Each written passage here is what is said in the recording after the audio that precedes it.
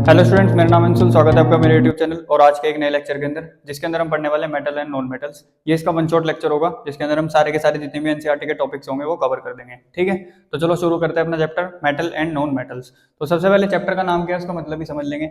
Metal and non metal. Metal आपने आसपास अपने बहुत देखे होंगे कि जैसे लोहा हो गया, कॉपर हो गया, चांदी हो गई, सोना हो गया, ये सब तो आपको बताइए कि मेटल होंगे। ठीक है, लेकिन नॉन मेटल्स क्या होंगे? नॉन मेटल्स होंगे आपके जैसे क्लोरीन गैस, हाइड्रोजन गैस, ठीक है, और जैसे कि आपके फ्लोरीन, ये सब क्या होंगे? आपके नॉन मेटल होंगे। कार्बन आपका नॉन मेटल होगा। तो मेटल्स और नॉन मेटल्स की इसमें हमें फिजिकल प्रॉपर्टीज, केमिकल प्रॉपर्टीज पढ़नी है। उसके बाद हमें देखना है कि एक्सट्रैक्शन कैसे होता है मेटल का, और हमारे जो क्या बोलते हैं एलॉयज क्या होंगे, ठीक है, एक्वा रिजिया, वो सब हम कवर करने वाले इस चैप्टर के अंदर। तो चलो शुरू करते हैं सबसे पहले मेटल्स। तो जितने भी आपके धरती के ऊपर चीजें बनी हुई, वो मोस्ट ऑफ द मोस्ट किससे बनी हुई? मेटल्स और नॉन मेटल से बनी हुई। तो यहाँ लिख लेंगे most of the things on earth are made up of metal and non metals।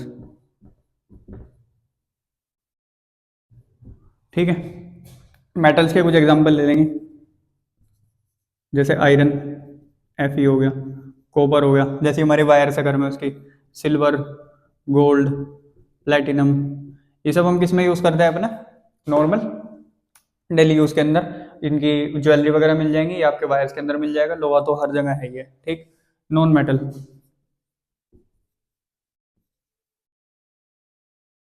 Non metal के एग्जांपल क्या क्या होंगे? जैसे कार्बन, ठीक है, क्लोरीन, फ्लोरीन, ब्रोमीन, आयोडीन, ठीक है, ये सब हो गए हमारे, और एटसेट्रा। और अगर आपको देखना है तो पीरियोडिक टेबल में आप देख सकते हो। तो ये हो गए हमारे मेटल एंड नॉन मेटल। अब देखते हैं इनकी फिजिकल प्रॉपर्टीज क्या हो गई। तो हेडिंग लगा लो, physical properties of metals and non metals. Physical property देखेंगे मेटल्स और नॉन मेटल की। सबसे पहली प्रॉपर्टी है डक्टिलिटी।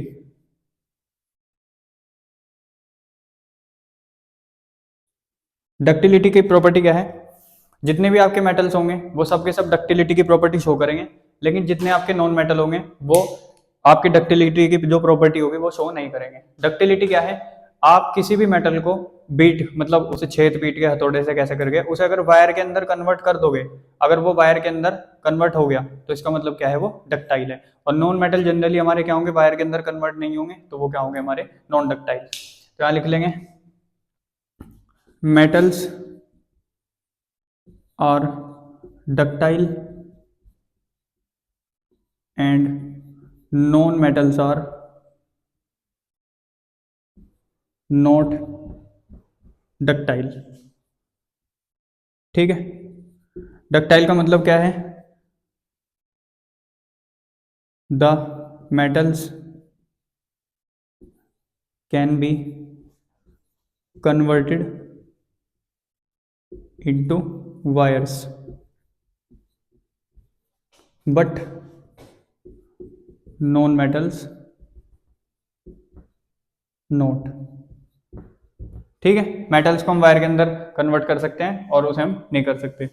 मोस्ट मेलेबल मेटल हमारा कौन सा होगा? सॉरी, मोस्ट डक्टाइल, जिसकी बहुत आसानी से वायर बन जाएंगी, यानी लगभग 50 ग्राम गोल्ड से 2 किलोमीटर के आसपास की वायर बन जाती है आपकी। तो मोस्ट डक्टाइल होगा हमारे पास गोल्ड। ठीक है, और सिल्वर भी काफी डक्टाइल है, आयरन भी काफी डक्टाइल है, तो इनसे हम वायर बना सकते हैं। ठीक है, नेक्स्ट देखते हैं दूसरी प्रॉपर्टी, उसका नाम है मेलेबिलिटी।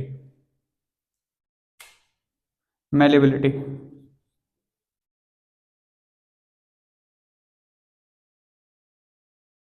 ठीक है, मेलेबिलिटी का मतलब क्या है? वही मेटल शो करेंगे, नॉन मेटल शो नहीं करने के। मेलेबिलिटी का मतलब है अगर हम उन्हें शीट में कन्वर्ट कर दें, चादर में कन्वर्ट कर दें, मतलब जैसे लोहे की शीट देखी होगी, गोल्ड की शीट देखी होगी, वो चांदी का परत चढ़ाते हैं मिठाई विठाई पे, तो वो भी एक तरीके से शीट ही है। एल्यूमिनियम की फॉइल, वो भी एक तरीके से शीट ही है। तो अगर हम शीट में कन्वर्ट करते हैं किसी को भी, तो होगी इसकी मेलेबिलिटी। तो हमारे मेटल्स क्या होंगे, जनरली मेलेबल होंगे, और जो हमारे नॉन मेटल्स होंगे वो नॉन मेलेबल होंगे, यानी उन्हें हम शीट में नहीं कन्वर्ट कर सकते। तो metals are malleable but non metals are non malleable.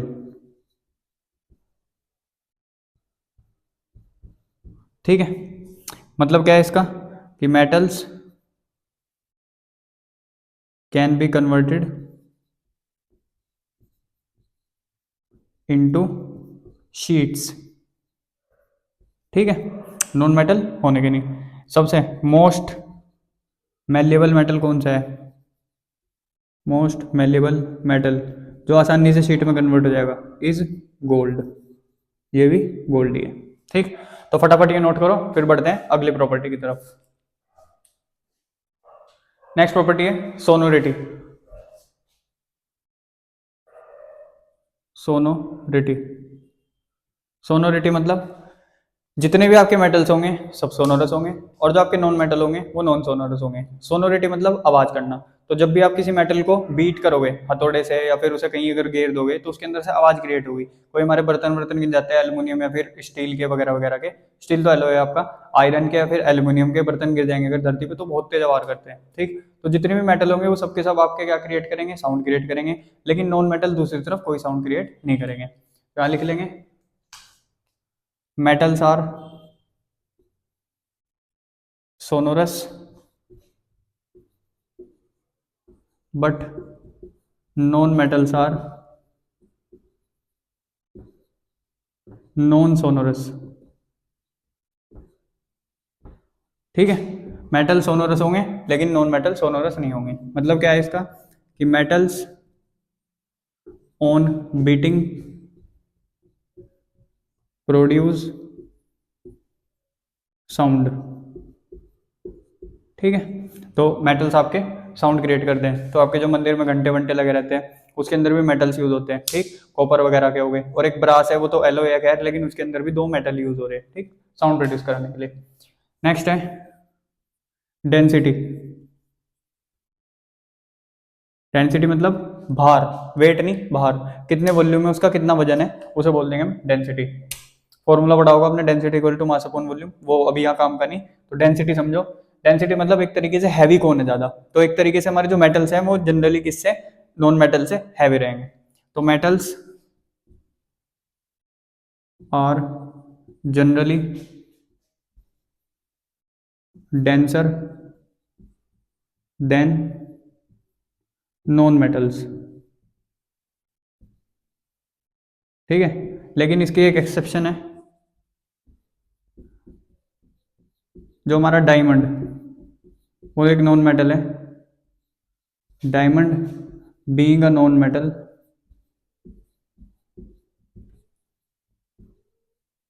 is one of the denser non metal। ठीक है, sorry, being a non metal is one of the denser element। Element तो नहीं बोल सकते, कार्बन का एलॉय है। One of the denser thing on earth, मतलब धरती के ऊपर जो डायमंड है वो सबसे डेंसर है, सबसे हैवीएस्ट है, भले ही वो नॉन मेटल है। तो ये होगी आपकी एक्सेप्शन इसकी। ठीक, नेक्स्ट है लस्ट्रस। लस्ट्रस का मतलब है शाइनीनेस। तो जनरली, जनरली इसलिए लिख रहा है क्योंकि इसके अंदर एक्सेप्शन है। तो मेटल्स और generally shiny in appearance but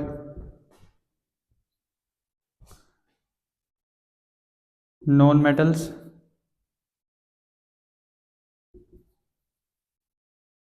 are non lustrous. ठीक है, यहाँ भी एक एक्सेप्शन है, diamond, iodine,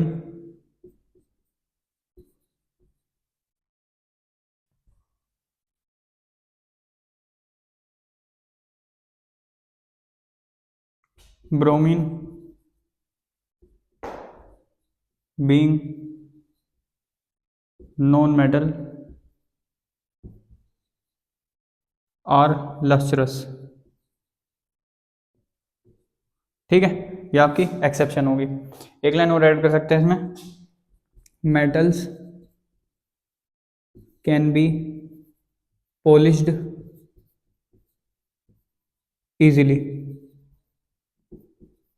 but non metals not.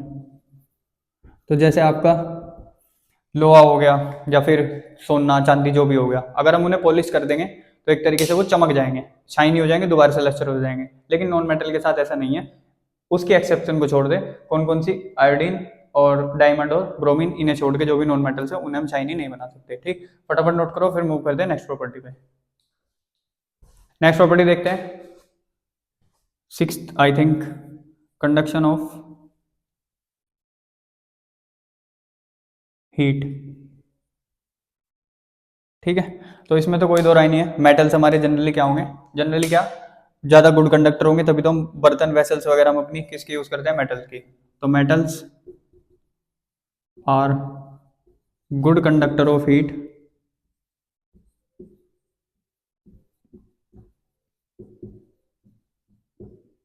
But non metals are not. ठीक है, तो ये तो आपका हो गया conduction of heat. Next, conduction of electricity.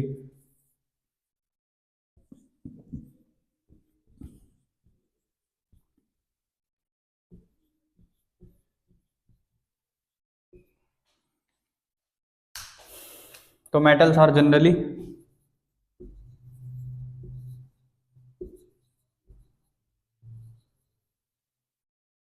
Good conductor of electricity. Conductor पता ही होगा, जो अपने अंदर से इलेक्ट्रिसिटी पास करा सकते हैं। तो मेटल्स क्या होंगे, जनरली गुड कंडक्टर होंगे इलेक्ट्रिसिटी के, और non metals are bad conductors. ठीक है, मेटल्स के जो गुड कंडक्टर होंगे,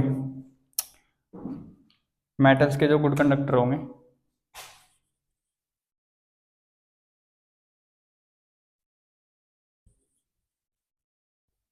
वो हो गया हमारे, जैसे गोल्ड हो गया,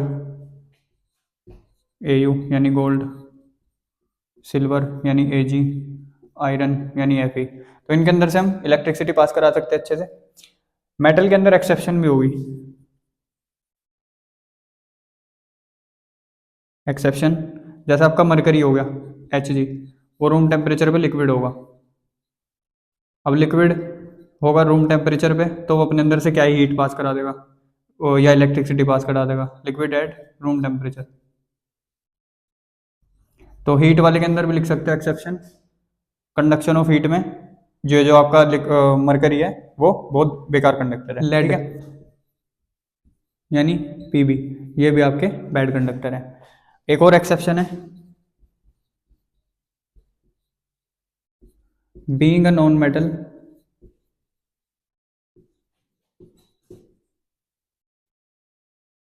being a non metal graphite is good conductor of electricity।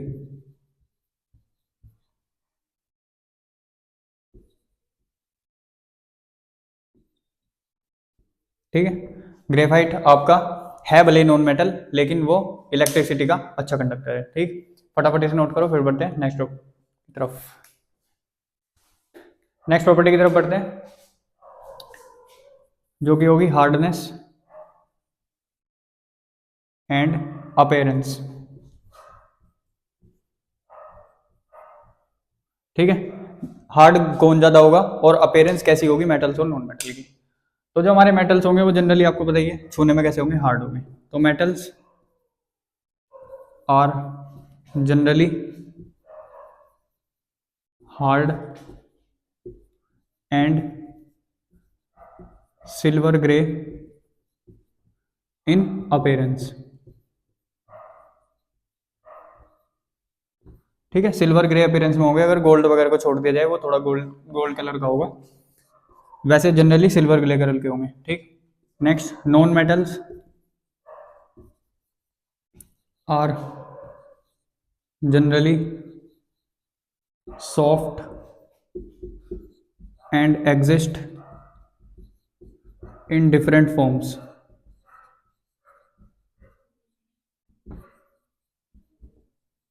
जैसे कि solid, liquid and gas with no colour, यानी colourless.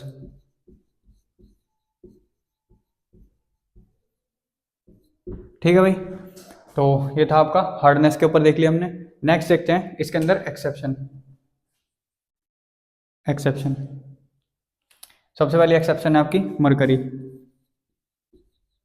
Mercury being a metal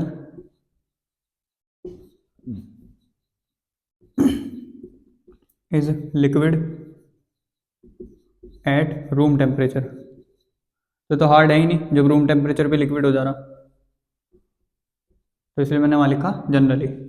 next exception, example नहीं है, चलो मैं पूरे लिख दूँ इसे। एक्सेप्शन, अभी कंफ्यूज हो।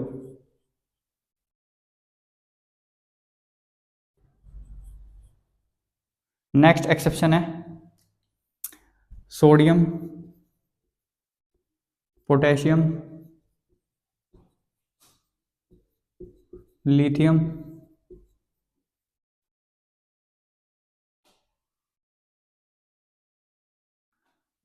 और या फिर कैन बी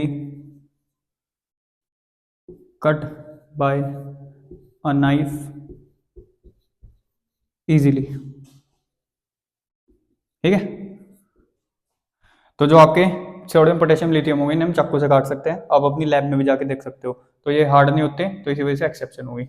नेक्स्ट एक्सेप्शन है डायमंड। ये तो हर जगह मिलेगी मिलेगी, क्योंकि diamond being a non metal is one of the hardest metal on the earth. तो diamond being a non metal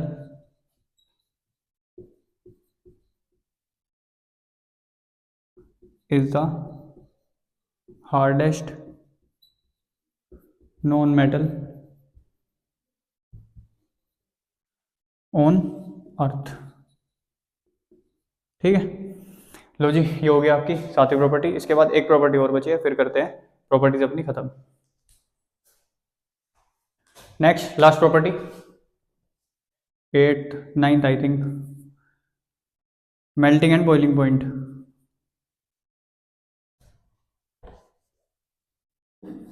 melting and boiling point.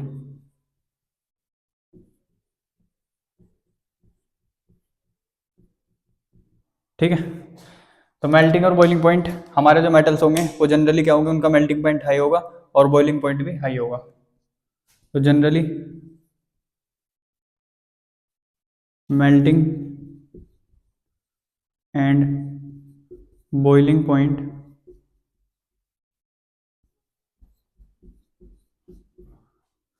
is high for metals. Next, generally melting and boiling point is low for non metals। ठीक है, non metals के लिए लो होगा। इसमें भी exception लिख सकते हो आप, कौन सा, मरकरी, वो तो रूम टेम्परेचर में भी मिल जाएगा, तो इसकी होगी mercury being a metal is liquid at room temperature. ठीक है, और एक और exception, diamond being a non-metal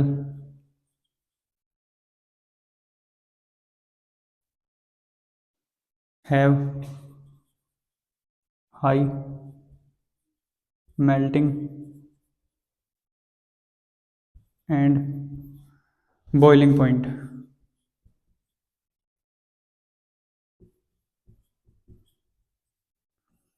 चलो भाई, ये हो गया आपकी सारी की सारी जितनी फिजिकल प्रॉपर्टीज थी कंप्लीट। इसके बाद अपने पढ़ते हैं केमिकल प्रॉपर्टीज की तरफ। और वो आपने उसमें से अधिकतम reaction acid base and salt में देख ली, केमिकल रिएक्शन में देख ली। अब उसका हम बस ऊपर ऊपर से पढ़ेंगे, ज्यादा डिटेल्स का करेंगे नहीं, क्योंकि आप ऑलरेडी पढ़ चुके हो। अगर नहीं पढ़ी है तो पिछला lecture acid base and salt का वन शॉट मैंने डाल दिया, वो भी आप जाके देख सकते हो। अब पढ़ते हैं अपनी केमिकल प्रॉपर्टीज। तो नेक्स्ट हेडिंग लगा लो, chemical properties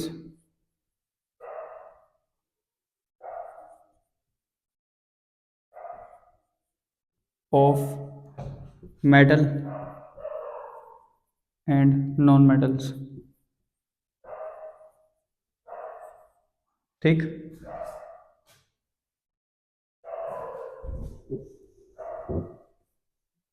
chemical properties of metals. ठीक, number 1, reaction with air. Air का सीधा सीधा जो मतलब है वो है ऑक्सीजन से, तो ऑक्सीजन के साथ हमें इसकी रिएक्शन करानी। तो जब भी आपका जो मेटल होगा वो एयर यानी ऑक्सीजन के साथ रिएक्शन करेगा तो वो बनाएगा basic metal oxide. Basic metal oxide. ठीक है, एग्जांपल ले लेंगे, Cu प्लस O2 क्या बन जाएगा, CuO। और Zn प्लस O2 क्या बन जाएगा, ZnO। ठीक है, बैलेंस कर सकते हो, यहाँ 2 लगा दो, यहाँ 2 लगा दो, यहाँ भी सेम, यहाँ 2 लगा दो, यहाँ 2 लगा दो। ठीक है, तो अच्छा, इसका खास बात क्या है, ये जो आपके बेसिक मेटल ऑक्साइड बने, अगर हम इन्हें रिएक्ट कराएंगे वाटर के साथ, इफ बेसिक मेटल ऑक्साइड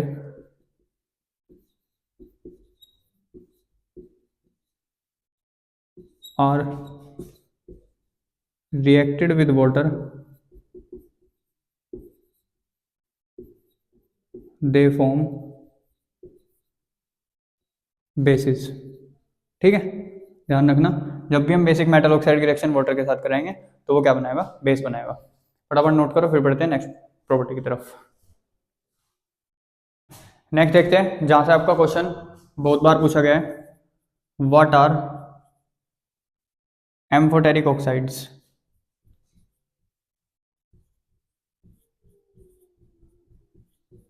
आपके एम्फोटेरिक ऑक्साइड्स क्या होंगे। एम्फोटेरिक ऑक्साइड्स होंगे जो आपका एसिडिक और बेसिक बिहेवियर दोनों शो करेंगे। जो आपके एसिड और बेसिक बिहेवियर दोनों शो करेंगे वो होंगे आपके एम्फोटेरिक ऑक्साइड्स। तो जिसे एसिड बेस का नहीं पता, फटाफट पिछला लेक्चर जाके देखो, समझ में आ जाएगा। तो oxides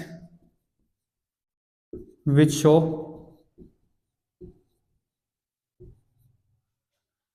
both acidic and basic behaviour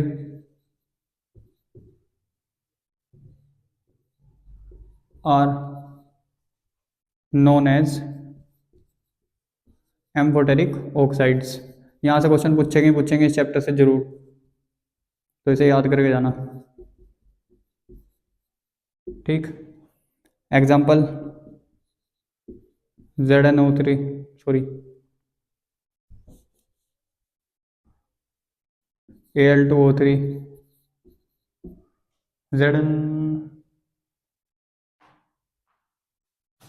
ZnO और एटसेट्रा। ठीक है, नेक्स्ट प्रॉपर्टी देखते हैं, नंबर 2। ये तो आपका एक क्वेश्चन हो गया, reaction with water. Reaction with water, तो जब भी आपका मेटल वाटर के साथ रिएक्ट करेगा, जब भी मेटल वाटर के साथ रिएक्ट करेगा वो बनाएगा मेटल ऑक्साइड और साथ में हाइड्रोजन गैस। ठीक है, और अभी देखा था हमने, अगर हमने मेटल ऑक्साइड को रिएक्ट करा दिया पानी के साथ फिर से, तो वहां से बन जाएगा हमारा मेटल हाइड्रोक्साइड, और मेटल हाइड्रोक्साइड ही क्या होगा आपका बेस। ठीक है, तो एग्जांपल लेके देख लेंगे। मेटल ले लो Cu, थोड़ा ऊपर लिखो, मेटल ले लो Cu, रिएक्शन करा दो वाटर के साथ, यहाँ से बन जाएगा CuO। ठीक है, साथ में हाइड्रोजन गैस, फिर CuO की रिएक्शन करा दो फिर से वाटर के साथ, यहाँ से बन जाएगा CuOH का होल ट्वाइस, बन गया आपका बेस यानी मेटल हाइड्रोक्साइड। तो ये थी आपकी वाटर के साथ रिएक्शन, और एम्फोटेरिक ऑक्साइड तो जरूर याद रखना। फटाफट नोट करो फिर बढ़ते हैं आगे। थर्ड प्रॉपर्टी पढ़ते हैं, जो कि होगी हमारी reaction of metal with acids. आ गई एसिड बेस वाली, बताया था इंपॉर्टेंट है। तो जब भी कोई मेटल एसिड के साथ रिएक्ट करेगा तो वो क्या बनाएगा, सोल्ट प्लस हाइड्रोजन गैस। ठीक है, एग्जांपल ले लेंगे। मान लो हमारे पास क्या है, सोडियम है Na, इसने रिएक्ट कर लिया HCl के साथ, एक सोल्ट बन गया NaCl, और साथ में क्या निकल गई, हाइड्रोजन गैस। ठीक है, बाकी ज़्यादा डिटेल करेंगे नहीं क्योंकि कई बार आ चुका। ठीक है, एसिड बेस में भी आ गया। Number 4, reaction of metal with metal salts. देख के घबरा बच जाना, जो फर्स्ट चैप्टर में पढ़ा था केमिकल रिएक्शन एंड इक्वेशन में, double displacement reaction, interchanging of elements, वही सेम टू सेम यहाँ होगा। ठीक, तो अगर कोई मेटल ए रिएक्ट कर रहा सोल्ट सॉल्यूशन बी के साथ, तो वो बना देगा सोल्ट सॉल्यूशन ए, और साथ में मेटल मेटल बी। ठीक है, तो क्या हो जाएगी यहाँ, डिस्प्लेसमेंट। तो मेटल ए मान लो Z लेंगे CuSO4, यहाँ पे Zn से डिस्प्लेस कर देगा, यहाँ से बनने लगा ZnSO4, और मेटल हमारा निकल गया अलग Cu। तो ये होगी आपकी reaction of metal with metal salt. फटाफट नोट करो फिर बढ़ते आगे। नेक्स्ट देखते हैं अपनी रिएक्शन ऑफ मेटल, कौन सी है, फिफ्थ है, reaction of metal with non metal. अब इनकी रिएक्शन ऐसे नहीं होगी कि डायरेक्ट होगी, इनकी रिएक्शन होगी आयनिक बॉन्ड बनने से। ठीक है, एक इलेक्ट्रॉन देगा एक इलेक्ट्रॉन लेगा, तो इलेक्ट्रॉन लेने देने के बीच में एक इलेक्ट्रोस्टैटिक फोर्स होगी, जिसकी वजह से इनके बीच में एक बॉन्ड बनेगा जिसे हम बोल लेंगे आयनिक बॉन्ड। ठीक है, तो जो हमारे पास मेटल होगा वो क्या करेगा, it will donate electron and have positive valency. अब अगर किसी को वैलेंसी नहीं पता तो आपकी गलती नहीं है, क्योंकि पीरियोडिक क्लासिफिकेशन आपका एक चैप्टर हुआ करता था वो कट गया, तो मैं बता देता हूँ। जैसे हमारे पास सोडियम है, सोडियम का K करना आपको आना चाहिए, KLMN। एक और शेल होगी, इसकी जरूरत नहीं है। K में हमेशा 2 इलेक्ट्रॉन आएंगे, L में 8 इलेक्ट्रॉन आएंगे। सोडियम का जो नंबर होगा वो होगा 11, तो 8 और 2 10, M में कितना बचेगा, 1। मैक्सिमम कोई भी अगर इलेक्ट्रॉन एक्सेप्ट कर सकता है, क्योंकि अगर इसे स्टेबल होना सोडियम को, तो इसे यहाँ पे कितने इलेक्ट्रॉन चाहिए, 7 इलेक्ट्रॉन चाहिए, क्योंकि M के अंदर भी 8 ही आएंगे, और 7 कोई एक्सेप्ट कर नहीं सकता, क्योंकि इतनी एनर्जी किसी के पास होती नहीं एक्सेप्ट करने के लिए, और किसी के देने के लिए किसी के पास इतने इलेक्ट्रॉन होते नहीं। तो इसी वजह से 7 ना लेके 1 दे देगा। और जनरली अगर मेटल ऐसा हो कि किसी में 3 हो 4 हो, तो 3 जनरली वो एक्सेप्ट कर सकता है, और 3 जनरली अपने में ज्यादा से ज्यादा दे सकता है, लेकिन कोई 6 7 8 एक्सेप्ट नहीं करेगा, और कोई 6 7 नहीं देगा। क्लियर है इतनी बात। तो इसके पास 1 है, तो अगर ये 1 दे देगा तो इसके लास्ट में 8 रह जाएगा, तो स्टेबल हो जाएगा। तो ये क्या करेगा, 1 इलेक्ट्रॉन अपना डोनेट कर देगा, तो सोडियम अपना 1 इलेक्ट्रॉन डोनेट कर देगा। तो जब ये इलेक्ट्रॉन डोनेट कर देगा, सॉरी नेगेटिव साइन आएगा, अगर ये इलेक्ट्रॉन डोनेट कर देगा तो इसके ऊपर पॉजिटिव चार्ज आ जाएगा। ठीक है, तो ये जो पॉजिटिव चार्ज आ गया, ये इसकी क्या है, वैलेंसी क्या थी इसकी, 1, तो इसकी 1 इलेक्ट्रॉन देने की वैलेंसी थी, तो अपने 1 चार्ज लगा दिया। समझ गए। अब इतना तो समझा नहीं सकता मैं, क्योंकि पीरियोडिक क्लासिफिकेशन एक बहुत बड़ा चैप्टर है, उसके अंदर पूरा डिटेल है, और वो आपका एनसीईआरटी ने हटा दिया, तो आप 11th क्लास में पढ़ोगे जाके क्लासिफिकेशन ऑफ एलिमेंट्स। ठीक है, ये क्या करेगा, ये डोनेट कर रहा था, ये एक्सेप्ट करेगा, it will accept electron and have negative valency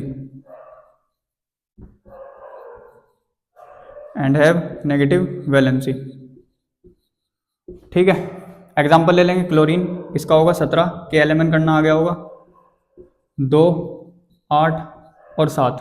अब क्या बोल रहा था मैंने, 7 तो कोई दे नहीं पाने का, इससे बढ़िया एक एक्सेप्ट ही कर ले, तो जो सोडियम ने छोड़ा होगा उस इलेक्ट्रॉन को अपने पास ले लेगा, और जो इलेक्ट्रॉन ज्यादा ले लेगा अपने ऊपर तो उसके ऊपर क्या आ जाएगा, नेगेटिव चार्ज। एक लेगा तो एक, दो लेगा तो दो नेगेटिव चार्ज, तीन लेगा तो तीन। ठीक है।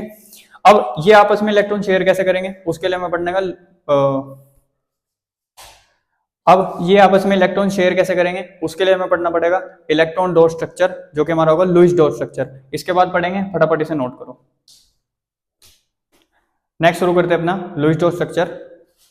लुईस डॉट स्ट्रक्चर, तो जो मेटल और नॉन मेटल के बीच में बॉन्ड बनेगा वो कैसे बनेगा, लुईस डॉट स्ट्रक्चर। तो मेटल और नॉन मेटल के बीच में बॉन्ड कैसे बनेगा, सबसे पहले कुछ मेटल्स और नॉन मेटल्स के आप क्या लिख लो, एटॉमिक नंबर लिख लो। सोडियम का 11, कैल्शियम का 20, मैग्नीशियम का 12, बेरिलियम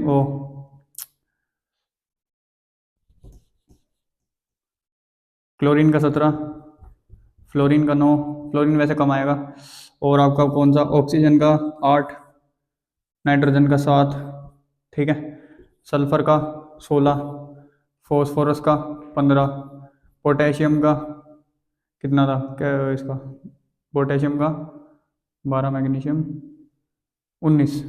ठीक है, तो ये याद रख लो कुछ आप। अब देखते हैं लुईस डॉट स्ट्रक्चर। सबसे पहले NaCl का ही देख लेंगे जो भी बनाया था। तो Na, सबसे पहले क्या करना, K11, Na का क्या है वहाँ 11, तो 2, 8 और 1 बताया था, एक इलेक्ट्रॉन है तो क्या कर देगा, डोनेट कर देगा। क्लोरीन ले लो इसके साथ, क्लोरीन का क्या है 17, K11 करो, K 2 L 8 और M कितना आ गया 7 इलेक्ट्रॉन भर जाएंगे, जो एक दे देगा जो एक ले लेगा। कैसे लेगा, जितने उसके बाहर इलेक्ट्रॉन है, जितने उसके बाहर वाले, सबसे बाहर वाले शहर में इलेक्ट्रॉन है, शहर में कह रहा हूँ, शेल में इलेक्ट्रॉन है, शहर में नहीं, तो सोडियम में जितने सबसे बाहर इलेक्ट्रॉन है वो लिख लो उसके बाहर, तो क्रॉस से बना दो। उसके बाद ये से बोल लो, उसके बाद क्लोरीन में कितने इलेक्ट्रॉन है 7, तो क्लोरीन लिख लो। ठीक है, कैल्शियम लिख दिया, क्लोरीन लिख लो। क्लोरीन के अंदर इलेक्ट्रॉन डाल लो, 1 2 3 4 5 6 7, चाहिए किसे, एक चाहिए इसे, और इसे एक देना, तो बस दे दिया, ये बन गया आपका लुईस डॉट स्ट्रक्चर। ठीक, और देख सकते हो जैसे CaO, कहाँ लिखूं, यहाँ लिख दो CaO, फटाफट के एलिमेंट करो, अब तो करना आ गया होगा। 2 8 किसका कर रहे हो, वही नहीं पता, कैल्शियम का। 2 8 कितना है 20 है ना, इसके लिए N भी लगेगा। 2 8 8 कितना होगा, 8 8 16 और 2 18, 18 और 2 20। ऑक्सीजन का करो, ऑक्सीजन का कितना 8, तो के एलिमेंट कर दो, 2 6, इसे 2 चाहिए, इसे 2 देने, तो बस दोनों राजी, तो क्या दिक्कत है फिर। CA, अच्छा ए था आपकी बार, CA और O। ठीक है, चलो भाई बंद हो जा। तो कितने हैं इसके बार 2, तो लिख लो 1 और 2, इसके बार कितने 1 2 3 4 5 6, तो दोनों के दोनों ऑक्सीजन को दे देगा, ये बन गया इलेक्ट्रॉन डॉट स्ट्रक्चर। अब आप ट्राई करके देखना Na2O, K2O, और क्या ट्राई करोगे, KCl, और क्या ट्राई करोगे CaCl2। ठीक है, ये ट्राई करके देख लेना, बन जाएगा आराम से। तो फटाफट नोट करो, इसके बाद पढ़ते हैं आयनिक कंपाउंड्स। वैसे यही आयनिक कंपाउंड है जिनके अंदर इलेक्ट्रॉन का ट्रांसफर होगा, जिसकी वजह से वो कंपाउंड बन रहे हैं, वही हमारे क्या होंगे, आयनिक कंपाउंड होंगे। नेक्स्ट हेडिंग लगाओ, आयनिक कंपाउंड्स। आयनिक कंपाउंड्स, तो आयनिक कंपाउंड्स क्या है अभी देखे हमने, किसकी वजह से बन रहे, ट्रांसफर ऑफ इलेक्ट्रॉन की वजह से बन रहे। द कंपाउंड्स which are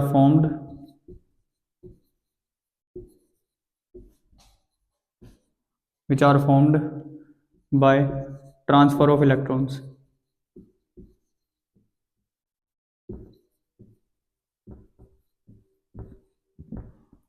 ठीक है, जो इलेक्ट्रॉन के ट्रांसफर से बन रहे। Next, properties of ionic compounds. Properties of ionic compounds.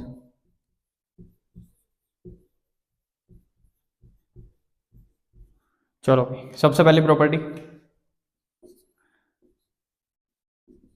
all ionic compounds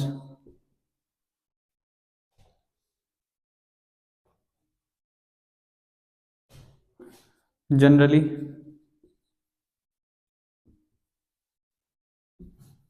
they are all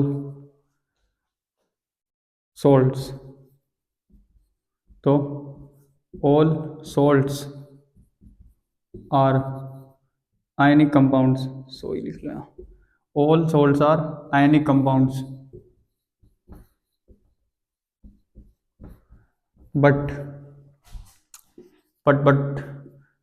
all ionic compounds are not salts। तो सारे के सारे आपके जो आयनिक कंपाउंड होंगे वो सोल्ट्स होंगे, सॉरी गलत बोल दिया, जो आपके सारे के सारे सोल्ट्स होंगे वो आयनिक कंपाउंड होंगे, लेकिन जो आयनिक कंपाउंड होंगे वो सोल्ट नहीं होंगे। मजा नहीं आया, बात समझ में नहीं आई। जिसने एसिड बेस एंड सोल्ट पढ़ा होगा उसकी अब समझ में आ जाएगी, लेकिन जिसने सोल्ट पढ़े ही नहीं तो उसे कैसे पता होगा। तो फटाफट जाके एसिड बेस एंड सोल्ट में सोल्ट वाला हिस्सा देखो, फिर आओ यहाँ। ठीक, तो सोल्ट NaOH पढ़ा था, NaCl पढ़ा था, ठीक है। तो ये हमारे सोल्ट है, इसमें सोडियम ने इलेक्ट्रॉन दिया होगा, इसमें सोडियम ने इलेक्ट्रॉन दिया होगा, तो ये क्या बन गया, हमारे आयनिक कंपाउंड भी हो गए, सोल्ट भी हो गए। लेकिन अगर मैं दूसरी तरफ CaO लूं, CaO तो हमने कोई सोल्ट नहीं पढ़ा था, ये तो सिर्फ एक कंपाउंड है। तो इससे प्रूव हो गया कि सारे के सारे जो आयनिक कंपाउंड होंगे वो सोल्ट नहीं होंगे, लेकिन जो सारे सोल्ट होंगे वो आयनिक कंपाउंड होंगे, क्योंकि उनके अंदर ट्रांसफर ऑफ इलेक्ट्रॉन हो रहा है। ठीक है। Number 2, crystalline solid. Crystalline solid का क्या मतलब हो गया, अब नमक छू के देखा होगा, तो जैसा वो सॉलिड है उसे ही हम बोल देंगे क्रिस्टलाइन सॉलिड। ठीक है। Next, generally they are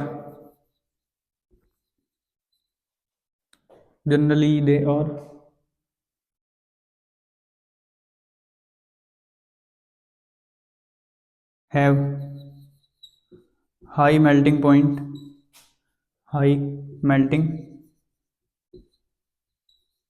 and boiling point।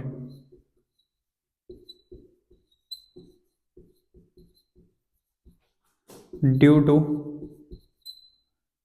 electrostatic force।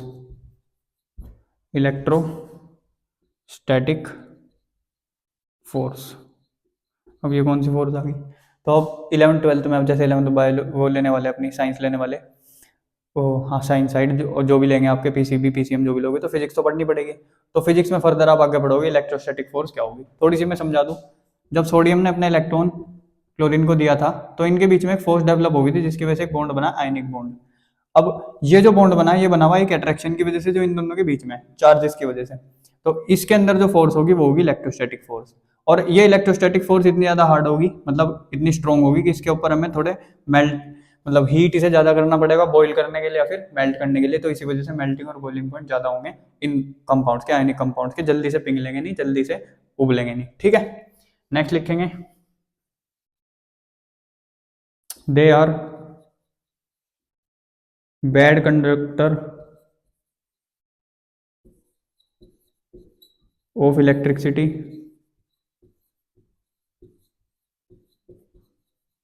in solid form but good in liquid form। ठीक है। अब नमक लो, नमक के अंदर 2 वायर घुसाओ, उन 2 वायर को एक बल्ब से कनेक्ट करो, एक बैटरी से कनेक्ट करो। तो वहां देखो, जब आप बैटरी का पूरा कनेक्शन कर रहे हो तो बल्ब ग्लो कर रहा है, नहीं करेगा, क्योंकि नमक के अंदर से इलेक्ट्रिसिटी पास होगी नहीं, क्योंकि वो सॉलिड फॉर्म में उस टाइम पे। दूसरी तरफ उसी नमक को लो, एक गिलास पानी में घोल दो, फिर वायर डाल लो, फिर बैटरी और बल्ब से कनेक्ट करो, तो बल्ब ग्लो कर जाएगा। ठीक, क्यों, क्योंकि ये लिक्विड फॉर्म में ज्यादा अच्छे कंडक्टर है किसके, इलेक्ट्रिसिटी के, लेकिन सॉलिड फॉर्म में बिल्कुल भी अच्छे कंडक्टर नहीं है। ठीक है। नेक्स्ट, 5वीं प्रॉपर्टी कहाँ लिखूं, लिख दो 5वीं, ये सोल्यूबल होंगे इन वाटर। ठीक है, पानी के अंदर ही सोल्यूबल होंगे। तो ये थे आपके आयनिक कंपाउंड्स, फटाफट नोट करो। फिर देखते हैं अपने next half of the chapter. Half of the chapter हमने खत्म कर दिया, हाफ ऑफ द चैप्टर है हमारा मेटलर्जी।